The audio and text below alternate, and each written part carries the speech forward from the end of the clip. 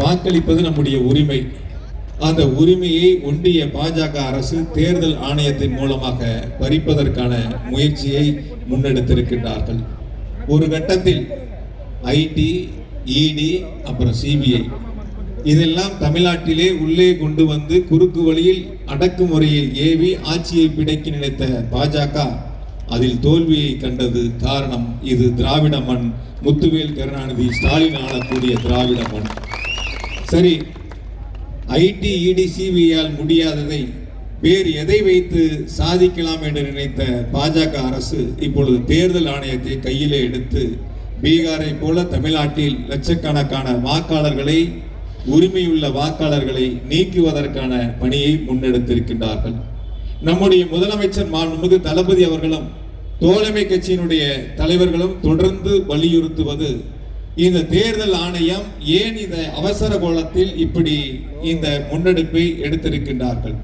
30 நாட்களில் ஏறத்தாழ 7 கோடி வாக்காளர்களுக்கு படிவங்களை கொடுத்து அதை பூர்த்தி செய்து திரும்ப பெற்று அதை ஆன்லைனில் ஏற்றி இறுதி வரைவு வாக்காளர் பட்டியல் வரும் என்று சொன்னால் நிச்சயம் இது முடியாது என்பதை அனைவரும் தெரியும்.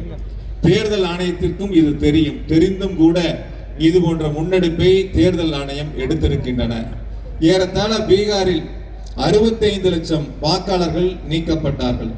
சரி, தேர்தல் ஆணையம் சொல்லுகிறது, நீக்கப்பட்ட வாக்காளர்களை நீங்கள் மேல்முறையீடு செய்து உரிய ஆவணங்களை கொடுத்து சேர்த்துக் கொள்ளலாம் என்று சொன்னால், அந்த மேல்முறையீட்டின் மூலம் பீகாரில் மீண்டும் 3 லட்சம் வாக்காளர்களை நீக்கி இருக்கிறார்கள். இப்படி 68 லட்சம் வாக்காளர்கள் நீக்கப்பட்ட பீகாரில் கூடுதலாக சேர்க்கப்பட்ட வாக்காளர்கள் 21 லட்சம் பேர். சரி, அந்த 68 லட்சம் வாக்காளர்களில் எவ்வளவு பேர் மீண்டும் சேர்க்கப்பட்டார்கள் என்று சொன்னால் 90% வாக்காளர்கள் மீண்டும் தேர்தல் ஆணையத்தால் வாக்காளர் பட்டியலில் சேர்க்கப்படாத ஒரு நிலை அங்கே உருவாகி இருக்கின்றன. அந்த நிலையை தமிழ்நாட்டில் உருவாக்குவதற்கு பிஜேபி அரசு தேர்தல் ஆணையத்தின் மூலமாக முன்னெடுத்திருக்கின்ற இந்த எஸ்ஐஆரை பொறுத்தவரை நம்முடைய முதலமைச்சர் மாண்புமிகு தளபதி அவர்கள் தொடர்ந்து எதிர்ப்பை தெரிவிப்பதோடு அதில் இருக்கக்கூடிய குளறுபடிகளை, அதில் ஏற்பட்டிருக்கக்கூடிய சிரமங்களை, அதனால் மக்கள் படுகின்ற இந்த இன்னல்களை எல்லாம் எடுத்துரைத்திருக்கின்றார்கள். பொதுவாக தேர்தல் ஆணையம் இதை காதிலே வாங்குவதில்லை.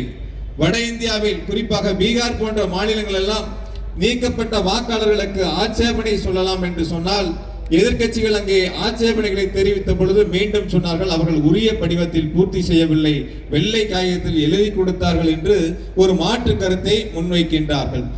இப்படியாக எல்லா ஆவணங்களிலும் ஆதாரை இணைக்க வேண்டும் என்று சொல்லுகின்ற ஒன்றிய அரசு இந்த வாக்காளர் அடையாள அட்டையுடன் சேர்த்து வாக்காளர் பட்டியலோடு ஆதாரை இணைப்பதற்கு எதிர்ப்பை தெரிவிக்கின்றார்கள். நீதிமன்றத்திற்கு சென்று நீதிமன்றத்தினுடைய உச்ச நீதிமன்றத்தின் உத்தரவு மூலமாக ஆதாரையும் சேர்த்துக் கொள்ளலாம் என்ற உத்தரவுகளை பெறக்கூடிய நிலைக்கு இன்றைய ஒன்றிய பாஜக அரசு தமிழ்நாட்டு மக்களை தள்ளி இருக்கின்றன, இந்திய வாக்காளர்களை தள்ளி இருக்கின்றன. நாம் கவனமாக இருக்க வேண்டும். இங்கு பேசிய நம்முடைய தோழமை கட்சியினுடைய தலைவர்கள் எல்லாம் சொன்னதை போல நாம் கவனமாக இருக்க வேண்டும். வாக்கு என்பது நம்முடைய உரிமை. நம்மை யார் ஆள வேண்டும் என்பதை தீர்மானிப்பது நம்முடைய கடமை.